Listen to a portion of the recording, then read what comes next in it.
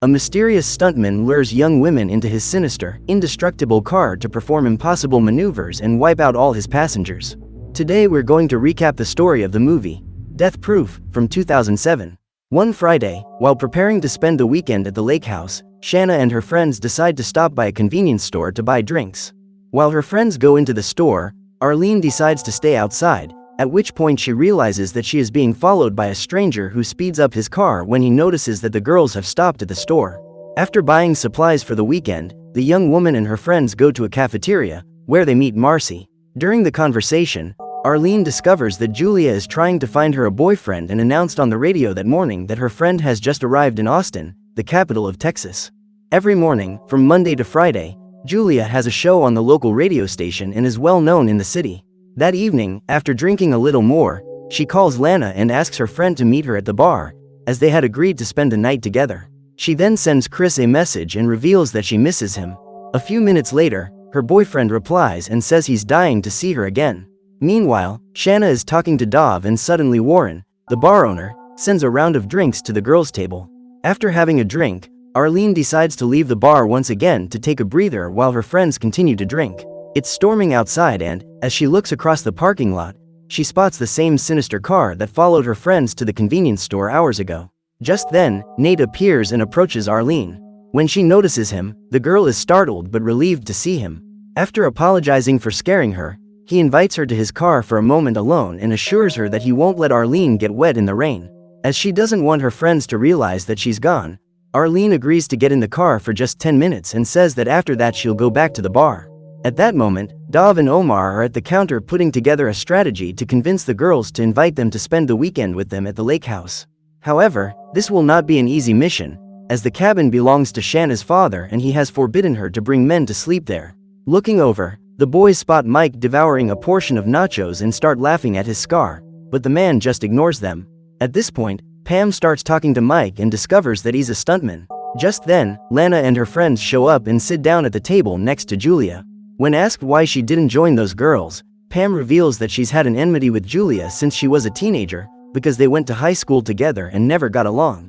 At the end of the night, when Julia and her group of friends are partying outside the bar, Mike approaches and asks what the girl does for a living, since her face is plastered all over the city. At this point, Julia reveals that she works as a DJ on the local radio station, but is planning to open her own record label. After introducing himself, Mike congratulates her on her work and then enters the bar. On seeing him, Pam asks him which movies he's acted in as a stuntman and Mike tells her about his long list of films. Before leaving, Mike decides to bring the girls a drink, even though he hasn't had a drop of alcohol all night at this point. Arlene recognizes him and claims that he is the owner of the bizarre car that was following her friends that afternoon. However, the stuntman claims that he wasn't following the girls and challenges Arlene to do a dance for him. As she is already altered by the large amount of alcohol she has drunk, the young woman decides to accept the challenge and gives a special performance for Mike.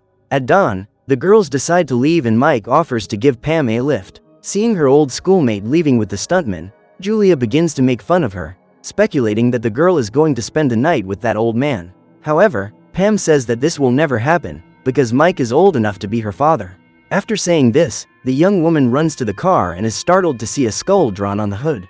According to the stuntman, that car is the safest vehicle in the world because it was built to be completely accident-proof. At this point, Mike reveals that his specialty is stunt racing and he usually acts in movies where the car suffers an accident so serious that, under normal conditions, it would be impossible for anyone to get out alive. Thanks to all the reinforcements he has made to his vehicle, Mike says he has managed to build a car that can take any kind of impact and still come out unscathed.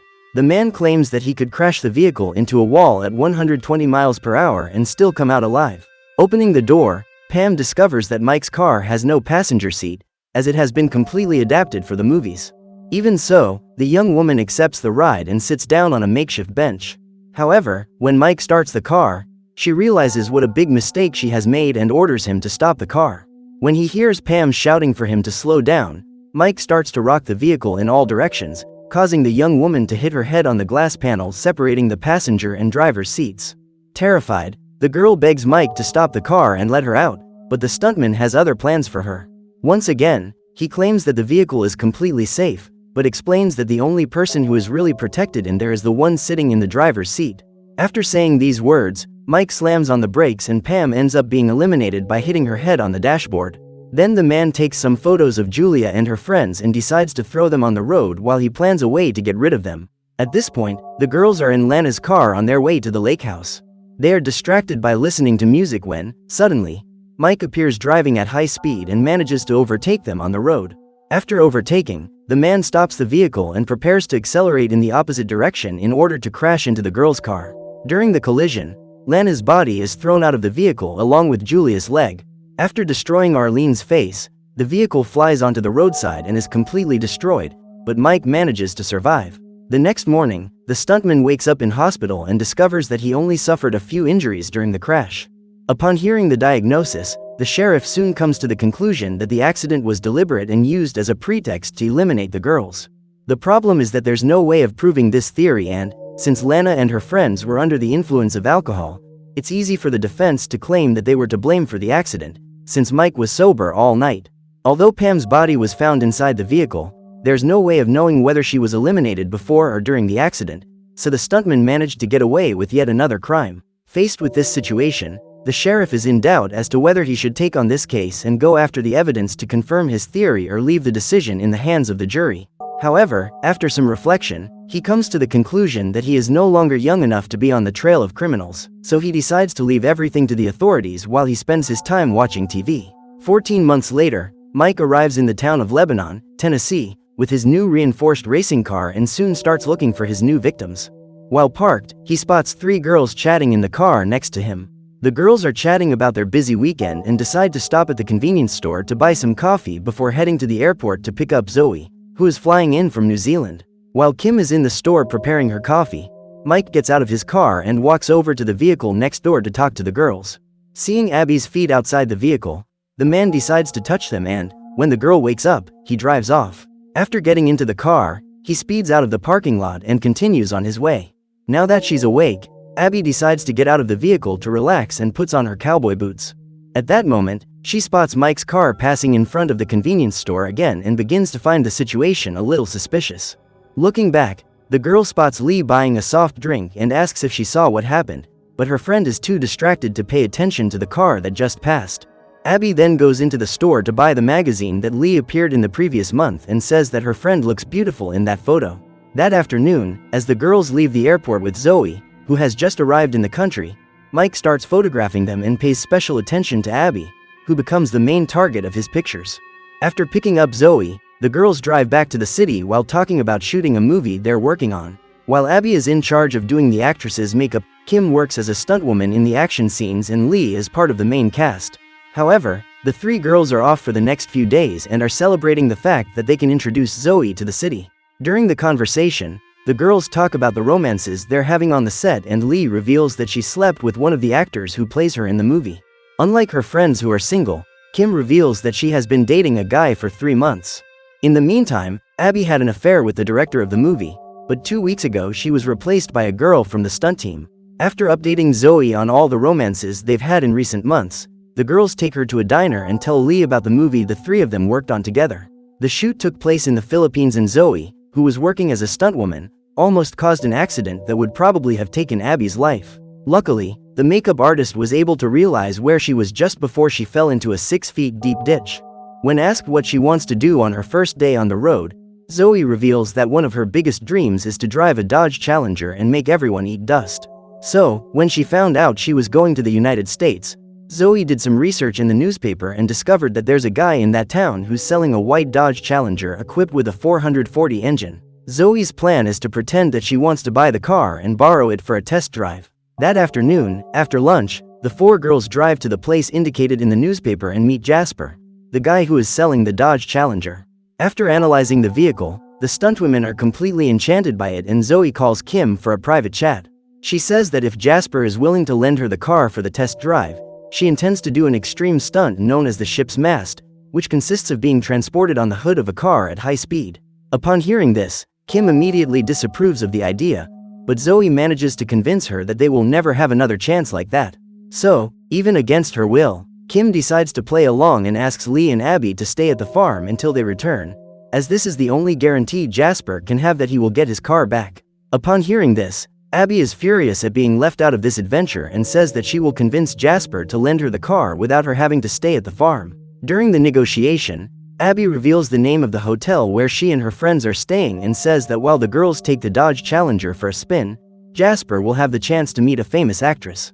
When he learns that he will be spending the next few hours in Lee's company until her friends return to pick her up, Jasper agrees and the women take the car.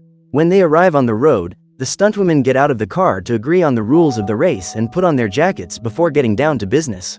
Zoe then removes her belt and borrows Abby's belt to tie them to each window. After making all the preparations, Kim starts the car and accelerates.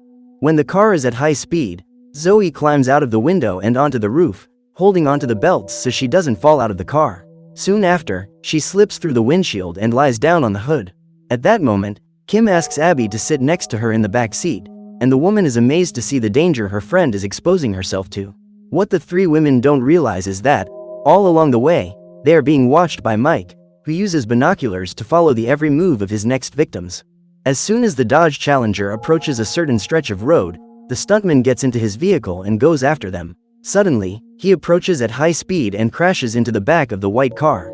At that moment, Zoe is almost thrown off the hood, but luckily manages to hold on. However, Mike doesn't give up on his goal of causing an accident and slows down in order to gain enough distance to cause another collision. At this point, Zoe ends up unfastening her seatbelt, but manages to hold on to the hood and Mike moves to the side of the vehicle in an attempt to knock her down. The man's aim is to push the car onto the shoulder, but Kim manages to get around the maneuver and asks Zoe to keep holding on. While trying to understand the reason for the attack, Abby tries to convince the man to leave them alone, but Mike ignores her completely, as he sees the whole thing as a mere joke. However, just as he was about to accomplish his goal of pushing the vehicle off the road, a pickup truck appears on the road and he is forced to swerve so as not to cause a head-on collision. During the detour, the driver of the truck ends up in an accident, but Mike soon manages to recover from the unexpected and accelerates to hit the back of the Dodge Challenger once again. His main goal is to knock Zoe off the hood, but the woman manages to hold on and Mike loses control of his car while taking a corner. After almost having two accidents, the man decides to put an end to the chase and gets out of the car to thank the girls for the fun. What he doesn't realize is that Kim is armed and doesn't think twice before pulling out her pistol to start shooting. After being shot in the arm, the man runs back to the car and manages to escape. During the sudden braking, Zoe is thrown into the undergrowth and the pair cry, believing that the girl has been eliminated. Suddenly, as if by a miracle, the stuntwoman gets up and says she's fine. Relieved, her friends start screaming and Zoe asks them what they think about going after Mike for revenge. Immediately, Kim and Abby agree to start a chase. Driven by hatred, Zoe picks up a metal pipe she found on the side of the road and the girls go after Mike. After driving for a few miles, the stuntman stopped in the middle of a dirt road to try and staunch the wound on his arm. In an attempt to reduce his pain, he grabs a bottle of booze from the glove compartment and starts drinking, but the pain only increases by the minute. While trying to calm down, Mike is surprised by the arrival of the Dodge Challenger and is hit in the back of his car. Zoe then runs towards him and starts hitting him with the pipe, but the man speeds up the vehicle and manages to escape. So the stuntwoman runs back to the car and Kim drives after him. At this point, the trio get their revenge and make up for all the times Mike has hit the back of their car. Even after hitting Mike's vehicle several times, Kim is not satisfied and decides to continue the chase. At that moment, her friends realize that the driver is going too far and ask her to stop the vehicle. However, Kim is determined to see her revenge through to the end and keeps after Mike until she reaches the highway. At that moment, the two cars cause a serious accident and a motorcyclist who had nothing to do with the brawl ends up injured. Now that he's on the road, Mike feels he has a better chance of survival and drives at high speed, dodging all the cars he meets along the way. However, not even his riskiest maneuvers are able to throw Kim off the scent, as he sees the whole thing as a mere joke.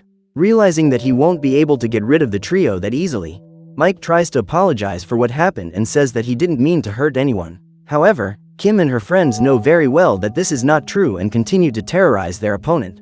In an attempt to surround him, Kim pushes Mike's car onto the shoulder and he ends up running over a sign.